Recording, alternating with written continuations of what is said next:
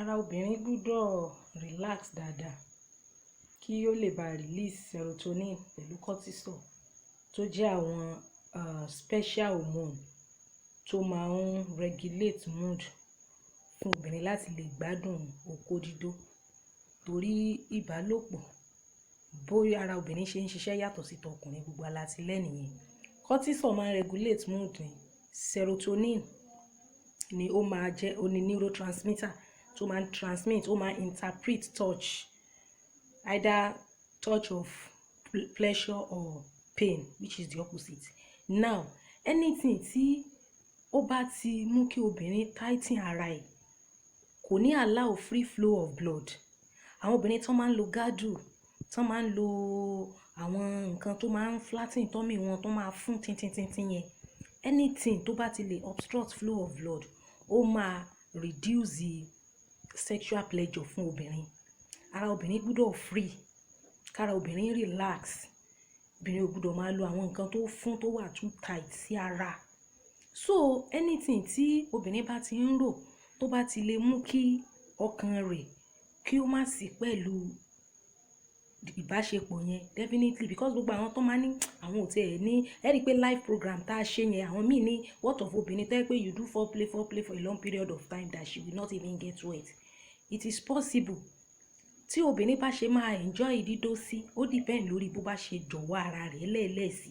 fún irú ọkùnrin yẹn. So obìnrin tí ò bá ní inú dídùn, yàtọ̀ fún àwọn normal hormone, àwọn oxytocin, àwọn dopamine, endorphin, all those normal hormones everybody mọ̀, àwọn special hormone mìíràn, even pheromone gan náà wà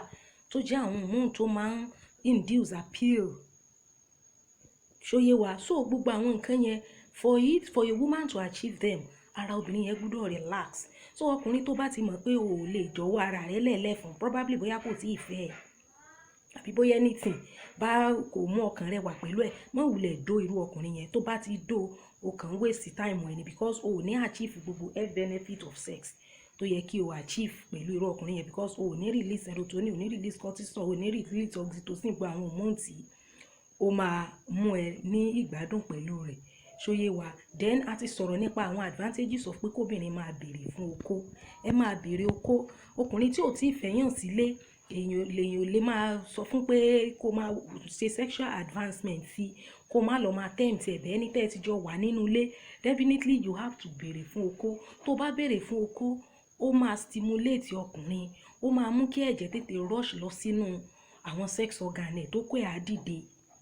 Tó bá béèrè fún okó, òun fún ọkùnrin yẹn ní impression pé òun nìkan ló ní, ò lẹ́lòmíì, kò ní fura sí ẹ rárá. Ṣóyé wa? So obìnrin gbúdọ̀ máa béèrè okó lóòrèkóòrè, ó gbúdọ̀ máa prepare fún okó. Is part of pé kéèyàn kó àràmásìkì. I don't know how to put this in Yoruba. Kéèyàn ṣe kí ni? Kéèyàn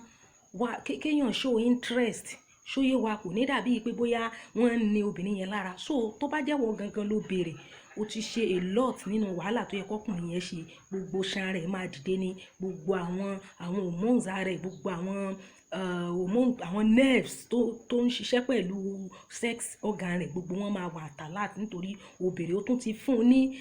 ní impression pé is a king. Ó máa feel superior. So ẹ máa béèrè fún okó. Then àwọn ẹ̀yin tẹ́ ń béèrè nípa àwọn tí wọ́n máa ń fẹ́ arúgbó. A ti sọ̀rọ̀ yìí several times. There is no retirement age fún dídó fún ọkùnrin àti fún obìnrin, especially ọkùnrin lè dóòbò títí tí ó fi sílẹ̀ wọ̀ ni. Ó lè máa dóbò tí ó fi kú. Obìnrin náà lè máa dóbò títí over 100, ó lè máa dóko títí over 100 years. Ṣùgbọ́n tó bá yẹ pé hormonal system àwọn méjèèjì age wọn balance pẹ̀lú ara wọn, kò ní sí ọ̀nà. Àmọ́ ní àwọn ọmọdé tí wọ́n máa ń fẹ́ àwọn àgbàlagbà, àti sọ́rí lórí life. Ṣé rí àti tọkùnrin bá ti ń dàgbà, a ti sọ̀rọ̀ nípa àwọn diseases associated with old age fún ọkùnrin, bí àwọn andropause, bí àwọn loss of psychogenic erection, varicocele disease, pyrrhonite, gbogbo àwọn nǹkan yẹn. Apart from that, tí ọkùnrin bá ti ń dàgbà, quantity kì í ṣe quality o, quantity sperm tó máa release máa ti kéré sí i. A ti reduce. Fún àpẹẹrẹ, ọkùnrin tó bá ń release ẹ̀kún ṣíbí of sperm, tó bá ti di pé ó ti ń dàgbà, ó máa reduce bí half of spoon. Tí sperm bá ti reduce in quantity bẹ́yẹn, automatically àwọn components ẹ̀ náà ti reduce. So quality ẹ̀ sì máa sound because tó bá jọ́kùnrin tó ń feed well the quality of your sperm depend on oúnjẹ tó ń jẹ ṣùgbọ́n tó bá ti dọ́kọ́kùnrin dàgbà okó ẹ̀ ti ń ṣírínkì sperm ẹ̀ náà ti máa kéré sí àtọ̀ tí irú ọkùnrin yẹn máa dà jáde àtọ̀ yẹn máa kéré má wàá gbàgbé pé ìwọ tó jẹ́ obìnrin tó wà in your 20s ó ṣẹ̀ṣẹ̀ wà ní bóyá bí mid or late 20s ó wá fẹ́ bàbá 50 kò sí nǹkan tó burú níbẹ̀ just make sure pé o tọ́jú ara rẹ tó o bá lówó fúnra rẹ tí bàbá yẹn náà dẹ̀ lówó wàá máa gbóni because nínú sperm nínú àtọ̀ ibẹ̀ ni zinc wà potassium wà ń bẹ̀ calcium wà ń bẹ̀ creatinine wà ń bẹ̀ fructose about 30 components tó wà nínú àtọ̀ zinc each of àwọn kinní yẹn ló níṣẹ́ tó ń ṣe lára obìnrin zinc for example òun ló máa ń help ara láti produce protein bẹ́ẹ̀ ìwọ tó yẹ pé quantity of zinc tó wà lára àtọ̀ tó ń gbà sára ó kéré due to the fact pé àtọ̀ yẹn ti kéré that means that the level tára ẹ ṣe máa produce protein máa reduce tó o bá máa tọ́jú ara ẹ wàá máa gbó ni wàá máa gbó bẹ́ẹ̀ reason tí kinní yóò fi ń wà eminent ni pé ọ̀pọ̀lọpọ̀ àwọn ọmọdé tán máa ń fárúgbó àwọn arúgbó yẹn máa ń lówó àwọn bàbá yẹn máa ń lówó gan so wọ́n á wà okay wọ́n á lo supplement wọ́n á jẹun gidi they rub good cream so wọ́n máa look fresh ni bẹ́ẹ̀ tó bá yẹ pé ìwọ tó jóbìnrin tí ì ṣe pé bóyá ìwọ náà ti lówó gan tó wá lọ fẹ́ bàbá arúgbó tó náà ò ní mọ́ọ̀chì tí wọ́n wà in your 20s tí bàbá wà in 50 tó bá fi máa lu ọdún 5 pẹ̀lú bàbá yẹn wàá gbó ni o wàá dàbí grandma because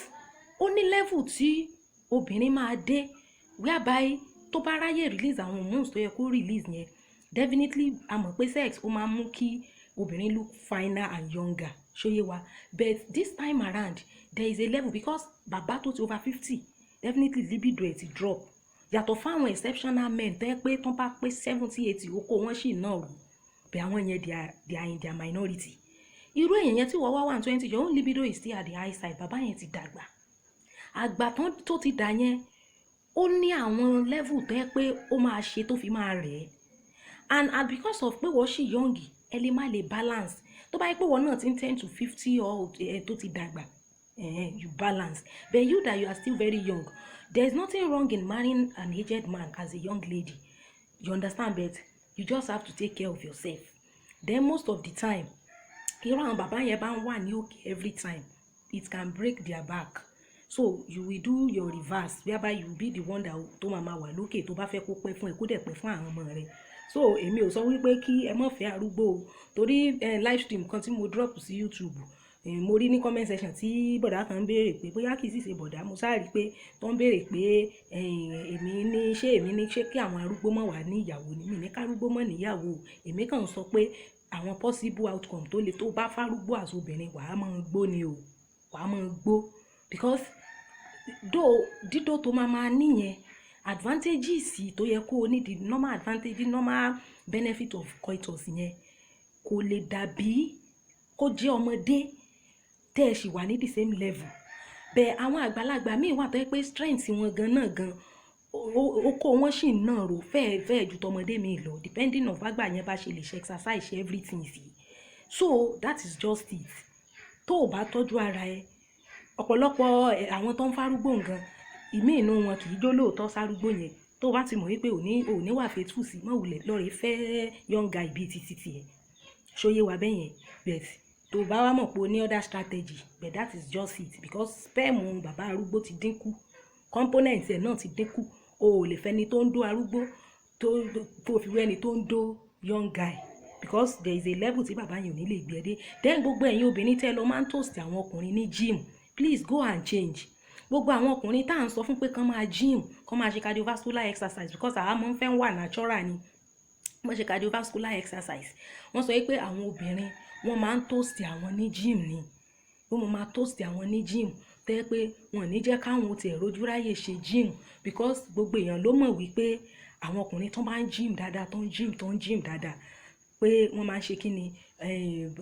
oko wọ́n máa ń ṣiṣẹ́ so wọ́n ní táwọn bá ti lọ jíìmù báyìí àwọn òun lè ń sinmi wọ́n wà mọ́ báwọn níbi kọ́nà àbí táwọn wà ní ìṣàwọn lè gba nọ́mbà yín gbogbo orú nǹkan bẹ́ẹ̀ yẹn mọ̀mọ́ ṣe mọ́ gbogbo àwọn ọkùnrin tán rẹ́gísítà sí jíìmù nísìn wọn ráyè lọ jíìmù wọn ńlẹ̀ ti fi tó sìn báyé àwọn jẹ́ because tọkùnrin bá ṣe ń jíìmù tó ń sweat tí ṣan rẹ̀ ń jáde okó ẹ̀ náà máa dìde because gbogbo alamọ̀ pé jíìmì ó máa ń jẹ́ kọkùnrin lè burn fat kí gbogbo àwọn fat yẹn kó burn ẹ̀ so that a lè ní good sex strength but everywhere àwọn obìnrin tí wọ́n ti wá mọ̀ yẹn wọ́n jẹ́ káwọn ọkùnrin yẹn gbádùn ní gym, so ẹ yé tòsí àwọn ọkùnrin ní gym mọ́, ẹ jẹ́ kán farabalẹ̀ ṣe gym wọn so that oko wọn lè ṣiṣẹ́ dáadáa. So and again ẹ má gbàgbé iléeṣẹ́ Ọ̀yọ́ Model Alternative Therapy, wọ́n wà ní Fẹ́lẹ́lẹ̀ Street Golden Plaza ní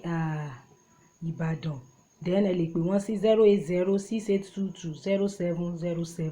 08068220707. ẹ dẹ̀ lè follow Facebook page wọn Ọ̀yọ́ Model. Gbogbo ẹ̀yin tẹ́ nílò àgbo jẹ̀dí, àwọn àgbo amókóle, àwọn àgbo tí ó bá ń flush gbogbo jẹ̀dí kúrò lára yín tó kó yín fi máa ṣiṣẹ́ dáadáa, gbogbo àwọn tó kó wọn máa ń dákúdájí yẹn, ẹ kàn sí Ọ̀yọ́ Model Alternative Therapy. Àwọn èèyàn ti ń ra àgbo wọn dẹ̀ jẹ́ àgbo tó yẹ pé ó dára, ìjọba ti ìlú ló ń tẹ̀, ó ní NAFDAC registration number, so yé wa bẹ́ẹ̀ so ẹ jẹ́ ká kàn sí wọn. Ẹ má jà gbàgbé Top Notch Pre-College of Health Sciences náà, àwọn ọmọ wa tí wọ́n fẹ́ lọ rèé ka medicine, tó fẹ́ ṣe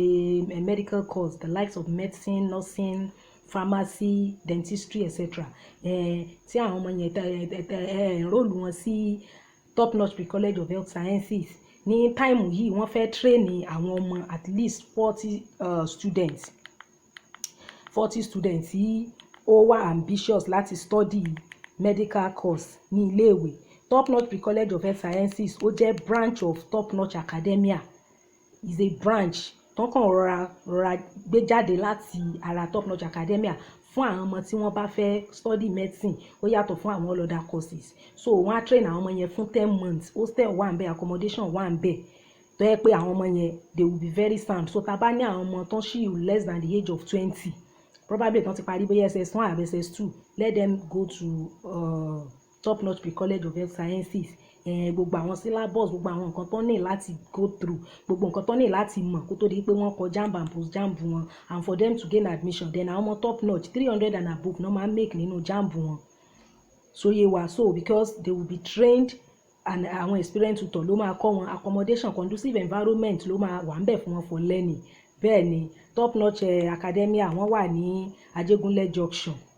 ní Gbọ̀ngàn, Ọ̀ṣun State of Nigeria. Bẹ́ẹ̀ ni ibẹ̀ ni wọ́n fi kalẹ̀ sí. Ẹ dẹ̀ lè pè wọ́n lórí nọ́mbà 08064825480 08064825480. Top Notch Academia, ibẹ̀ ni ẹ máa já sí fún ìbéèrè further question. Ẹ dẹ̀ lè pè mí náà for me to be able to give you details about it. Yes, because ó jẹ́ pre-school